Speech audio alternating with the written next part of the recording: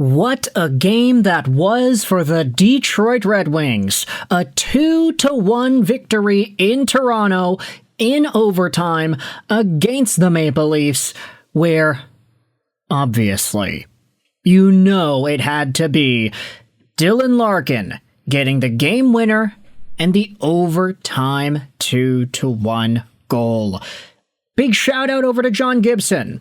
He had a .968 save percentage in this one. He stopped 30 out of 31 Toronto Maple Leafs shots. Big shout out over to Joseph Woll. He had a .951 save percentage. He had stopped 39 of Detroit's 41 total shots on goal. You can say, it's a low-scoring game, 2-1. What is there to talk about? Well, I think the goaltending battle itself was the show here tonight. Let's go over the goals, each of them as they came and went. Scott Laughton got things started in the first period, getting a pass out in front, sending it to the cage. Here's the thing with these NHL video highlights. They like to include maybe like 20 seconds of foreplay each before the goal is actually scored. This time it's actually only 8 seconds, but the puck is down in the corner, it gets sent over to the side, a whiff of a shot by Calle Jarnkrok, and it ends up bouncing in front to Laughton, who has a wide open net to bury it by John Gibson. Really not anybody's fault. It's a fluke play as the Calle Jarnkrok shot totally just deflects off the wrong way. I mean, yeah, you don't want to see Scott Laughton all by himself in front there, all 5 Detroit Red Wings around the face-off circle. Yeah, no, I guess that's a mistake. I take it back. But it's just a 1-0 game. The period ends off 1-1 as Simon Edvinsson gets his 6th goal on the season, assisted by Raymond and Larkin. Take a look at the play over here. It starts out in the Detroit Red Wings zone. See, this is what I mean. NHL.com, y'all don't have to put this much buffer time before the goal actually gets scored. It's a rush that starts out with the Red Wings. Larkin goes over to Raymond. He has it on the backhand, skating backwards, throws it in front, and Simon Edvinsson is there. For a split second, it looked like Raymond might actually try to go back across to the guy on the other side. Either that or just whip a backhand on net. But nah. He goes forehand, passes it. It's a great play. Simon Edvinsson is there to bury the biscuit in the basket. 1-1 hockey game. Now, the funny part is, Scott Laughton, as we know, he scored the 1-0 goal, but he also had himself a penalty shot in this game. And it wasn't really a good one. You can see here on the Red Wings subreddit, they posted the clip. Laughton got awarded a penalty shot, and he failed to get a proper shot off. He comes in trying to do the old Evgeny Kuznetsov move. He is going slow as molasses, trying to get John Gibson off of his game, trying to dangle the pants off of him. Laughton goes forehand, backhand, but instead of actually receiving the puck on his backhand, it ends up going into the pad of John Gibson. It's a really nothing play. It's quickly extinguished there. Laughton tries to show off those fancy mitts, and honestly, I don't doubt that he has them. Like, he's an NHL player. I'd say the majority of NHL players are decently good at handling a puck in isolation, but that just didn't really work. And, yeah, Scott Laughton, sorry, but you may have to be working on your breakaway skills or shootout skills if you want to continue getting goals to go in on penalty shots. Not that penalty shots are all too awarded anyway. But the second and third periods saw 0 goals out of this hockey contest. And if we go over to moneypuck.com, we will see that there were a number of chances for both sides.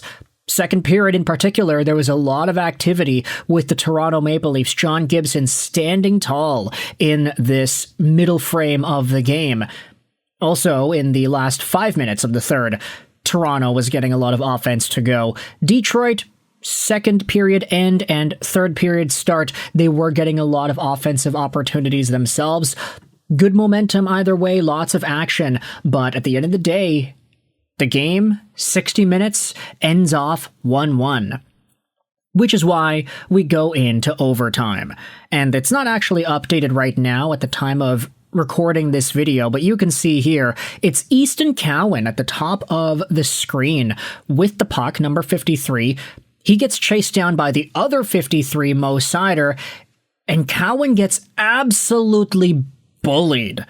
Cowan tries to go wide and avoid the check of Seider, but Seider is like, nah, sorry, bro. You're leaning into me. I'm just going to push you down. You're going to fall at the blue line. I'm going to take this puck and send it to Dylan Larkin, who comes in and then scores a beautiful little finish there on Joseph Woll. They were talking about this altercation on the broadcast afterwards, whether or not Cowan should have drawn a penalty or something like that. But for the first time ever, I find myself actually agreeing with what Luke Gazdic said. This situation was straight up just a player getting out-bodied. A smaller guy going up against a behemoth of a man in Mo Seider and just losing the battle. It wasn't a check, it wasn't a trip, it wasn't a hook or a whatever. It was just he got out-muscled.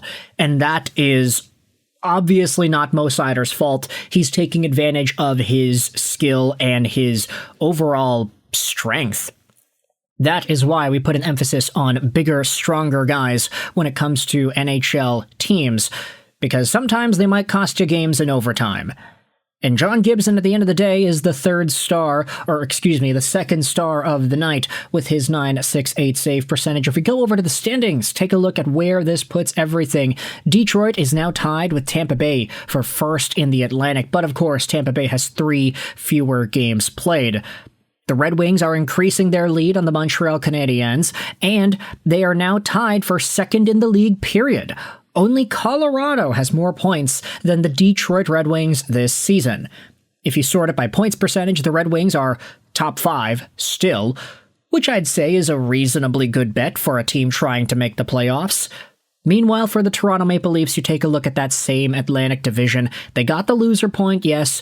They're 1 point behind the Boston Bruins in the same amount of games played. If you go over to the wild card, they are 1 point behind the wild card Boston Bruins with the same games played. So still an upward climb here for Toronto. They are no longer last in the East like they were, I think, earlier in the season, but then again, the gap isn't really that big. I mean, Toronto is 3rd in the wildcard race. Columbus is 9th in the wildcard race. They're only separated by 6 points. Realistically, all it takes is one streak for any of these 6 to 9 teams to be able to get back into the race. It's only really New York that I'd say is reasonably out of it at this point. And the funny part is, they have 48 points. Head over to the West. If they had 48 points in the West, they'd be 12th. That shows how well the East is performing this season. The parity over there in the Atlantic especially, it's really making things difficult as I suit up here waiting to watch my Vancouver Canucks hopefully stay in this 32nd overall spot. With that in mind, though, let me know your thoughts in the comments section. How do you feel about this Red Wings and Maple Leafs game? Detroit takes it 2-1, a beautiful overtime goal by Dylan Larkin. John Gibson gets a big shout, and Easton Cowan gets bullied by Mo Seider. Thoughts in the comment section below. I hope you enjoyed this video. And bye.